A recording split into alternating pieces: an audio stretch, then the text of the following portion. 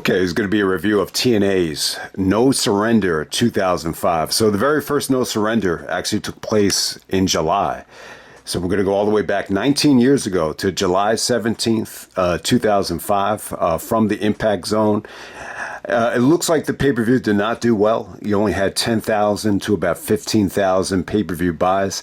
I think at the time, TNA wasn't on television. I think the Fox Sports deal had already expired. This is about a couple months before they were on Spike TV. So I believe this is only television TNA had, I think, was from the TNA website. So that might explain why the buy rate was so low. But generally, No Surrender 2005 is, I think it's one of their best pay-per-views. I really think it is. I actually had it at number 10 in the top TNA pay-per-views of all time. I would definitely say it's a top 10 TNA show. I think it's got a lot of depth. It's very well-rounded. I don't think there's anything on it that's, must see in terms of it being a 5-star match, but there's a lot of matches that are really just almost there in terms of it being, 4 stars and over. So I think you have a lot of depth here. I think from start to finish, it's one of the most complete TNA pay-per-views. But you could make the argument that some of the matches didn't quite hit the mark. And you could argue maybe the show is a little bit overrated, I think, when you look back on it. But for the most part, man, I think it's got a lot of depth. So let's go right down to it. First match of the night, we got America's Most Wanted, Chris Harris and James Storm, actually taking on Alex Shelley and Matt Bentley to open up the show. I thought this was good. Tracy Brooks is out there at the time. I think she's actually with Matt Bentley. I don't know if they're dating, but she's definitely supporting Matt Bentley, formerly known. It's funny. Even though he's Matt Bentley at the time, some people still call him Shane, in terms of his name being Michael Shane. But hey, AMW gets to mix up with some X Division guys here. I didn't think the chemistry was the best in the world here. Shelley and Bentley did take some incredible bumps off the stage. Tracy is interfering like crazy. She looks hot at this time, though. I mean, you could definitely see her, exposed ass cleavage with the skirt and everything like that. But for the most part, it didn't feel like America's Most Wanted was that motivated here. I don't know if they were a little bit disappointed that they're relegated to the X Division, but they do go over. I thought Bentley looked really impressive as well. Some of Shelley's offense looked a little bit awkward, considering how big, AMW is compared to, Shelley and Bentley. But I think it's a good opener. I think you have an insane amount of talent here. So I'll give it a nice little thumbs up. Next up, we have the Super X Cup qualification 4-way match. I thought this was disappointing. This is Sonjay Dutt, still, Jeff Jarrett's guy right now. So, Jarrett's guy goes over. Sonjay Dutt defeats Elix Skipper, Primetime Baby, Elix Skipper, Mikey Batts, and Shark Boy. Mikey Batts kind of had a bad night here. Some of his offense was a little bit botched here. Anytime, he was taking a move, Skipper tried to do the running, Hurricane Rana to Mikey Batts here. I mean, you would think if Skipper could do that at lockdown off the top of the cage, it should be easy to do that in a match like this, but it just ended up being botched for whatever the reason. And even when Sonjay tried to do the, leg scissors to Mikey Batts, it's almost like Sonjay had to do it for him. So maybe that's why you never saw Mikey Batts, I think, come back. It's funny, like when you look back at this part of TNA in 2005, even though, some people think it's their best year, there's so many guys that just, just didn't make it onto TV once they got to Spike. And I guess Mikey Batts and, guys like Sonny Siaki would be, would fall into that category. But in terms of this match right here, I thought Sonjay looked like $1 million. Sonjay looked great.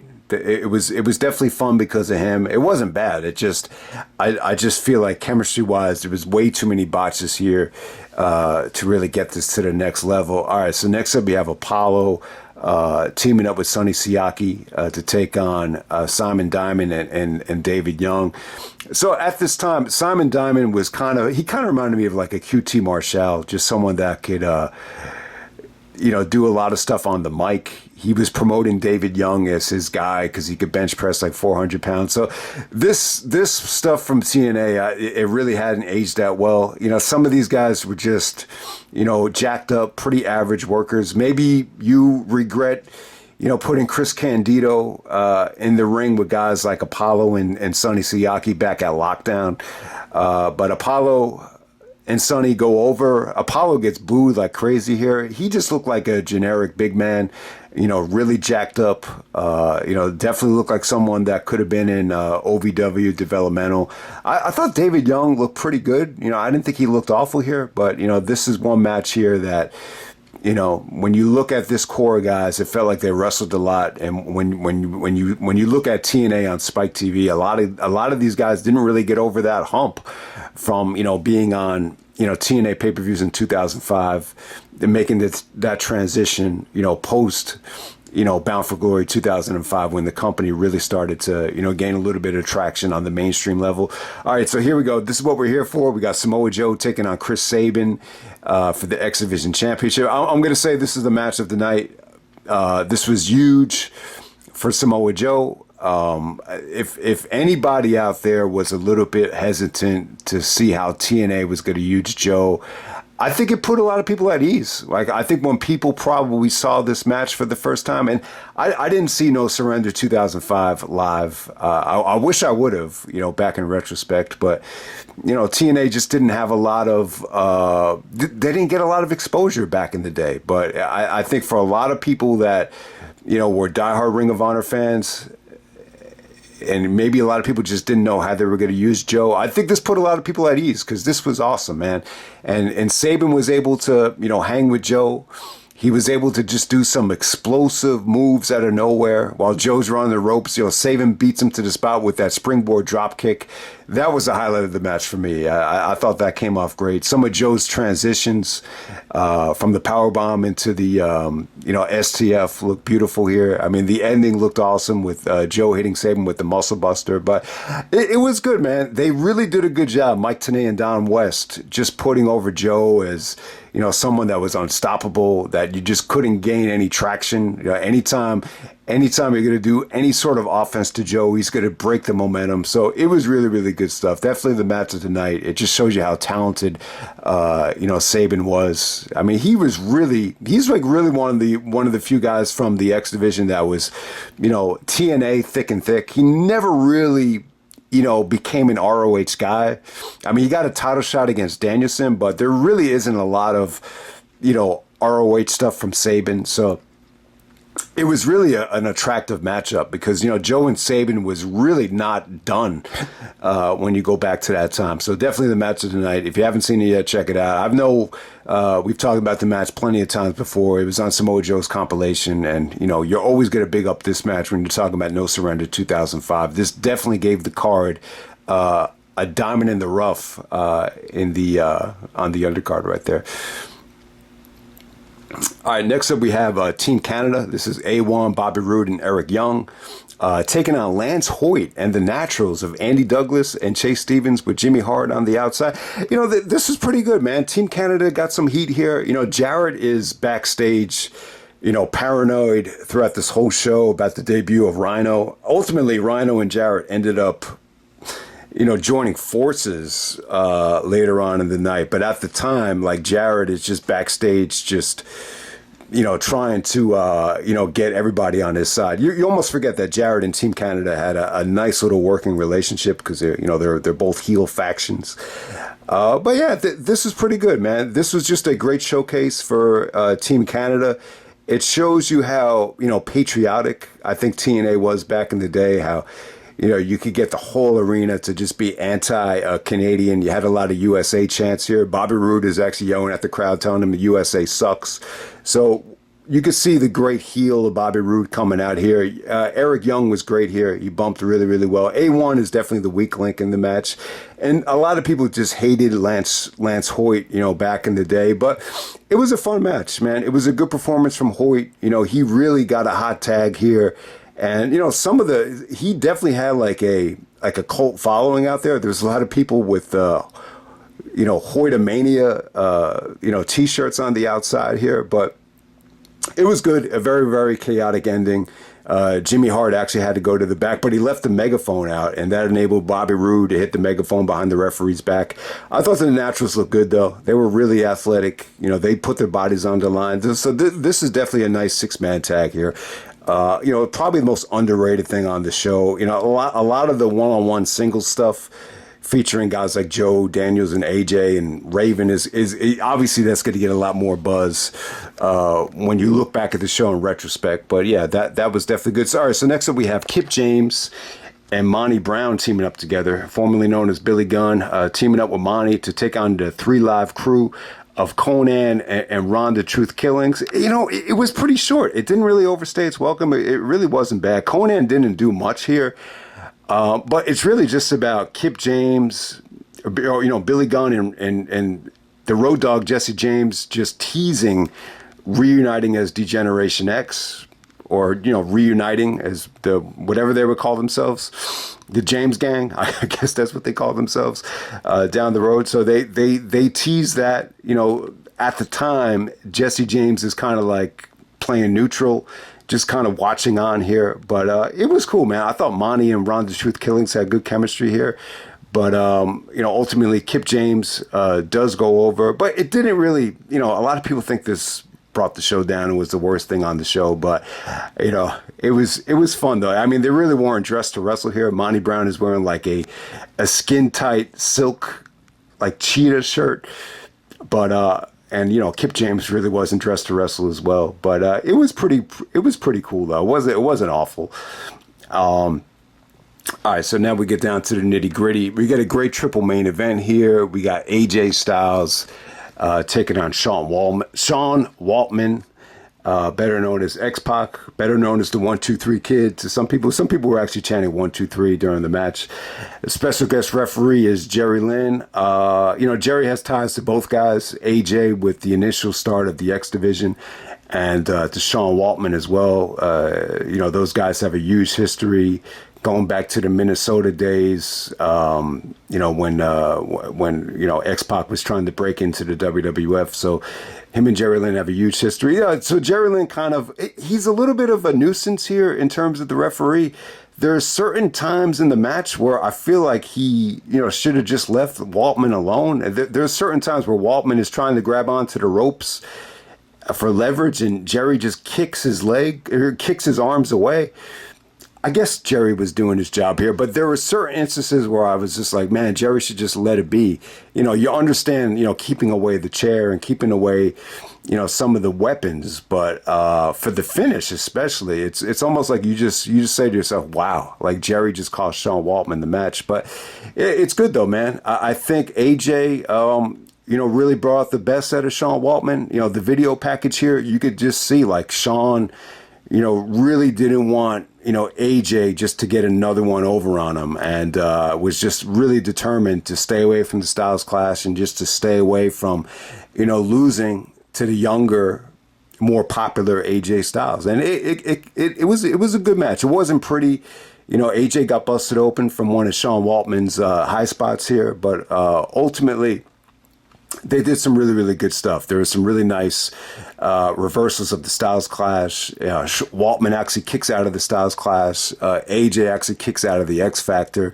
You know, Jerry Lynn, you know, gets involved with the finish. He kicks Waltman's arm away while he's trying to grab onto the ropes for leverage. And then AJ kind of rolls through and hits him with another beautiful Styles Clash. But overall, I thought it was good. It didn't blow me away. I think, you know, this is definitely one of Sean Waltman's, you know, best matches post WWE. If I were to recommend one, you know, X-Pac match, you know, after his run was over, check out the match against Sami Zayn, El Generico from Chikara, King of Trios. I would say that was even better than this, but this was still damn good. I think what AJ had going for him here was, you know, Waltman was definitely a legend, you know, to a degree. When you look back on it, especially at this time, it was just a huge opportunity. And plus, I think AJ I think they were still in a honeymoon period here where, you know, TNA is on pay-per-view 3 hours every month, and everybody wanted to see what AJ was going to do every month, especially at this point. away from the weekly pay-per-view. So I think just you still had a little bit of that X factor here, no pun intended. And it was definitely good stuff. AJ and Sean Waltman. Next up for the X Division Championship, we got Christopher Daniels, taking on Petey Williams. You had A1 on the ringside here. So it's almost like a heel versus heel match. A1 is definitely a nuisance at ringside, but it definitely added to the match, though. I would definitely say this is probably one of the better, I think, X Division Championship matches Daniels had during his reign. And I would probably say, ultimately ended up being, I think, the best singles Petey Williams match in TNA history. I think this is better than the AJ matches. I really don't know if Petey's had, matches at this level. I think maybe the Sabin match from Turning Point is close, but I think this is an example of Daniels just really going out of his way and going above and beyond, which is something you didn't see consistently in Ring of Honor at that time from Daniels.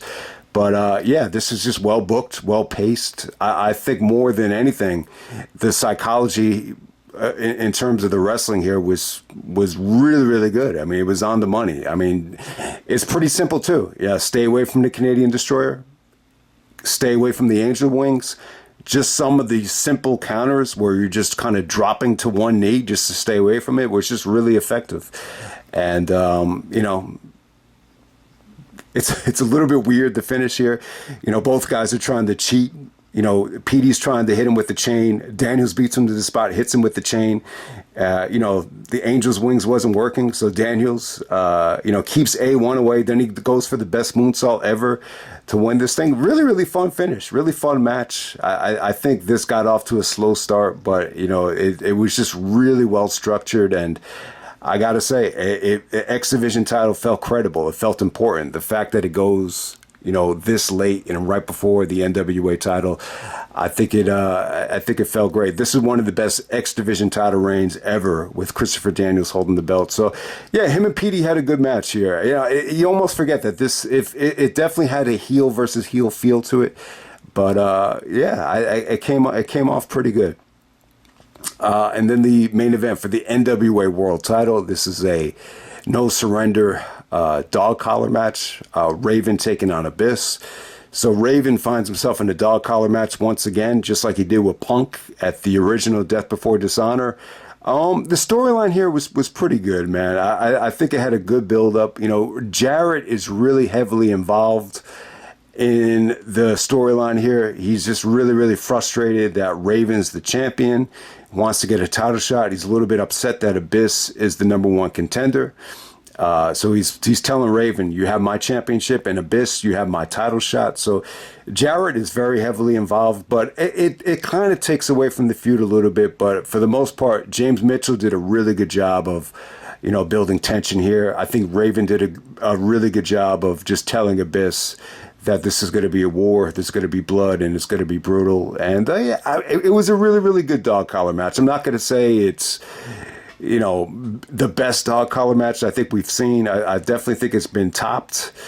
But hey, I think more than anything, when I look back at Raven and Abyss, it was I think it was huge for TNA at that time, because I think Raven still had a little bit of juice.